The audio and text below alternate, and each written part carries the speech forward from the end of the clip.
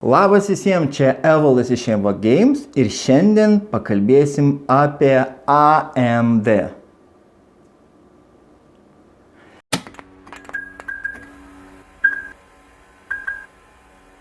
Ir jūs sakysite, taigi ne per seniausiai šnekėjai apie AMD. Na taip, aš dažnai šneku apie AMD, nes naudoju ten AMD. Deja, šitą mažylį naudoju Intel, nes tuo metu, žinoma, kai pirkau, tai buvo tik Intel su liečiamu ekranu. Šiuo metu galite įsigyti jau ir AMD Ryzen su liečiamu ekranu. Deja, aš mėgstu būti ant bangos, bet dažnai keisti įrangą, tai yra gamtos teršimas, o aš esu labai environment friendly, stengiuosi kiek įmanoma mažiau tai daryti. Tai šiandienos tema vėl stovi pas mus Lenovo ir sakysit, vėl Lenovo. Taip, Lenovo dėl to, kad pas mumis jie dažniausiai keliauja.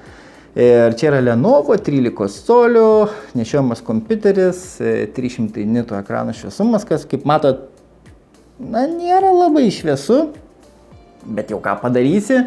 Tuo pačiu tipiškas Lenovo ThinkBook dizainas, 2 USB Type-C krovimas, HDMI, pilno dydžio USB, SD kortelės lizdas ir įlituoti DDR5 ramai.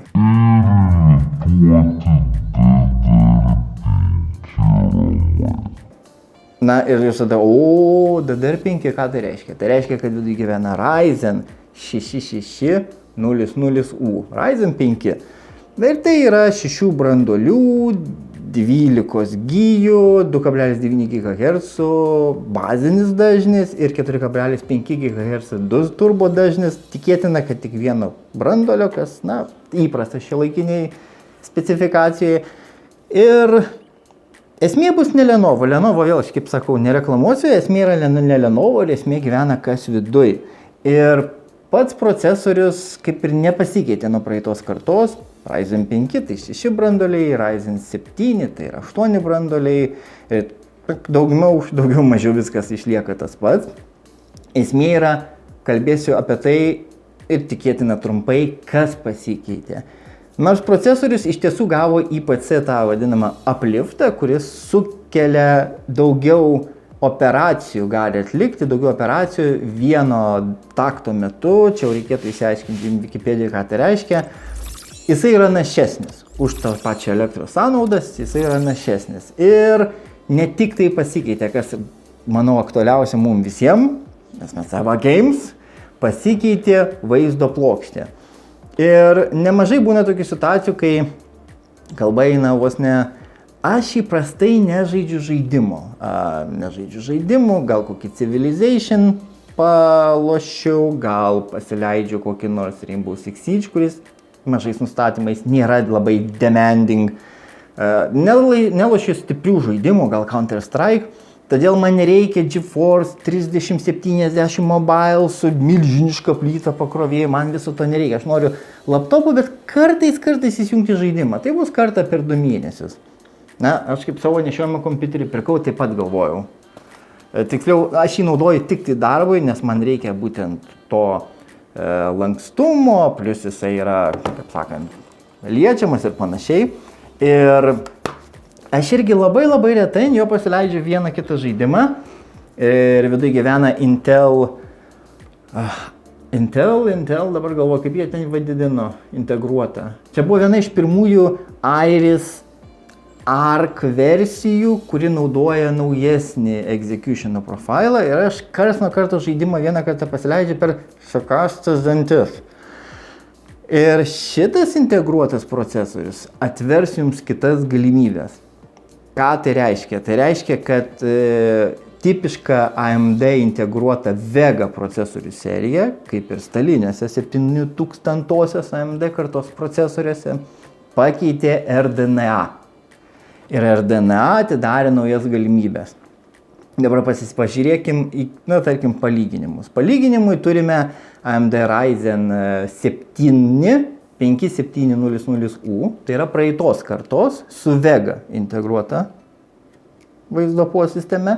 Turime kaip palyginimų Intel i5 1135G7 su Intel integruota posisteme.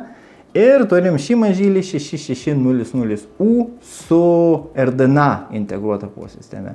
Ir kaip pavyzdys, tas pats Rainbow Six Siege minimaliais nustatymais, bet Full HD rezoliucija ir 100% render scalinimu, reiškia, buvo Full HD, visi pikseliai buvo ir paišomi. Šis mažylis sugebėjo jums išgauti 132 kadrus per sekundę.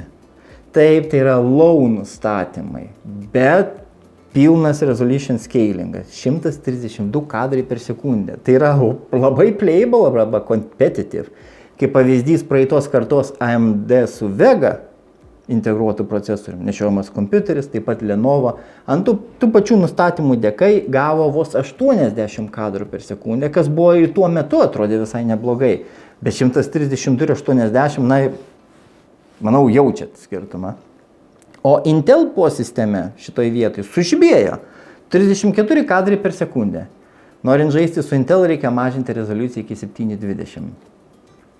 Pajudam prie, tarkim, For Honor, kuris irgi skaitosi e-sports žaidimas kaip ir, bet toks lengvas, padaužykim, pasimuškim ir uždarykim nešiojamą kompiuterį. Čia sugebėjo būti 46 kadrai per sekundę, kas nėra daug, bet žaisti galima, galų gale galite sumažinti rezoliuciją arba įjungti AMD FSR, kuris prideda apie 15% kadrų. Praeitos kartos Vega 35 kadrus per sekundę sugebėjo gauti, tai jau jūs turite daugiau, ir Intel vėlgi sužibėjo su 16 kadrų per sekundę. Ir paskutinis žaidimas, kurį bandėme, tai buvo Division 2, kuris irgi skaitosi iš tokių senesnių, kur galbūt norėtumėt kažkur viešbutį būdamas kars nuo karto pažaisti, ir, tarkim, savo charakterį palevelint. Turėjo 45 kadrus, praeitą kartą vėl 35 kadrus, o Intel sužibėjo net su solidžiu 20 kadrų per sekundę. Tai va, ką norėjau pasakyti, AMD integruotojo posistemių rinkoje vėl sužibėjo ir dėl to aš juos galiu labai pasveikinti, nes pagaliau atsirado galimybė turėti nešiojamą kompiuterį, darbinį nešiojamą kompiuterį, kurį kelionėse, viešbutyje, jeigu esat gameris, galėsite panaudoti kaip žaidimo kompiuterį.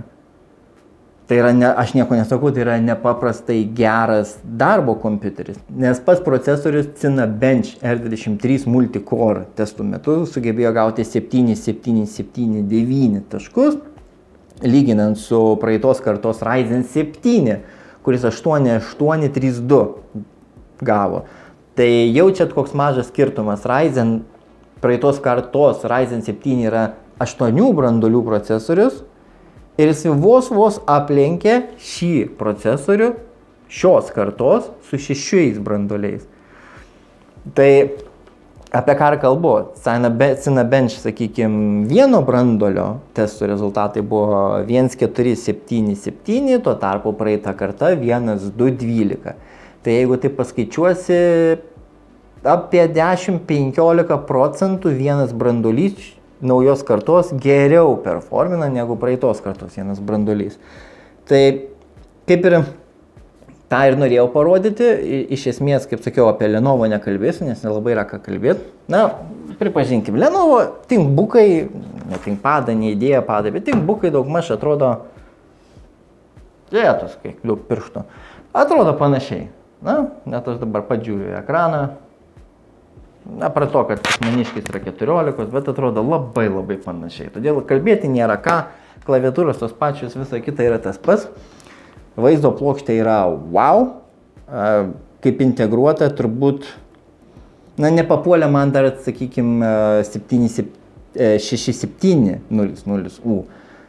Būtų įdomu pažiūrėti, nes turėtų tai būti daugiau rezultatų. Kas pastebėjimas yra iš vaizdo plokštės? Vaizdo plokštė, kaip ir visas praeitos kartos integruotos mobilių procesorių vaizdo plokštės, turi tą pačią savybę. Visų pirma, duokit pakankamai aušinimo.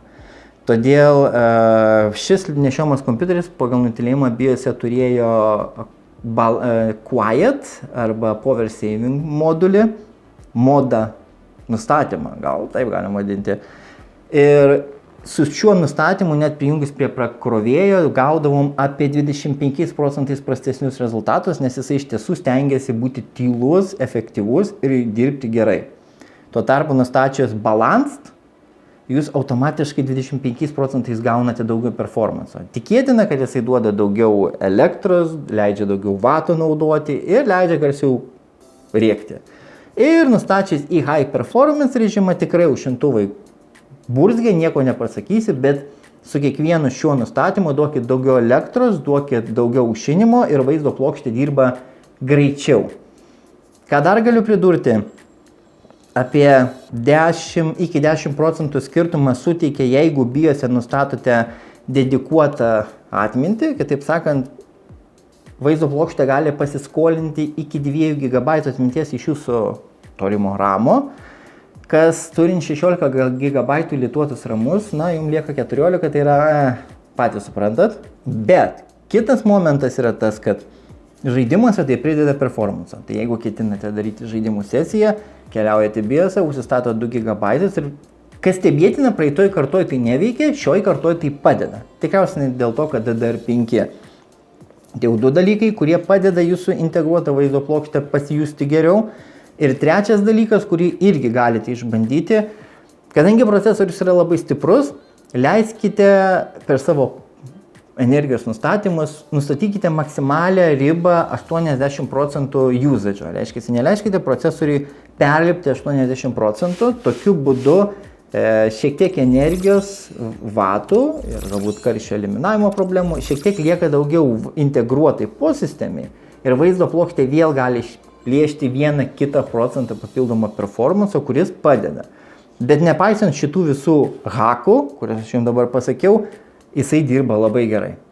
Todėl, jeigu ketinate, kaip pasikartosiu trečią geras kartą, jeigu ketinate pirkti nešiojimą kompiuterį, bet kartais po kartą per mėnesiuką ketinu pažaisti Solitarį arba Counter Strike'ą, pirkit AMD Ryzen 6000 procesorių. Tokiu būdu galėsite pažaisti savo Solitarį. Tai va, taip jau pasitaiko. Gražu iš tiesų vaizdai. Turint omeny, kad yra 300 nitų šviesumas, atrodo visai neblogai. Turbūt dėl to, kad IPS panelė, kitokių jau šiais laikais turbūt nerasi už tokią kainą. Tai va, buvo smagu, pasidalinau, ko galėjau ir šiam kartui tiek ir ate.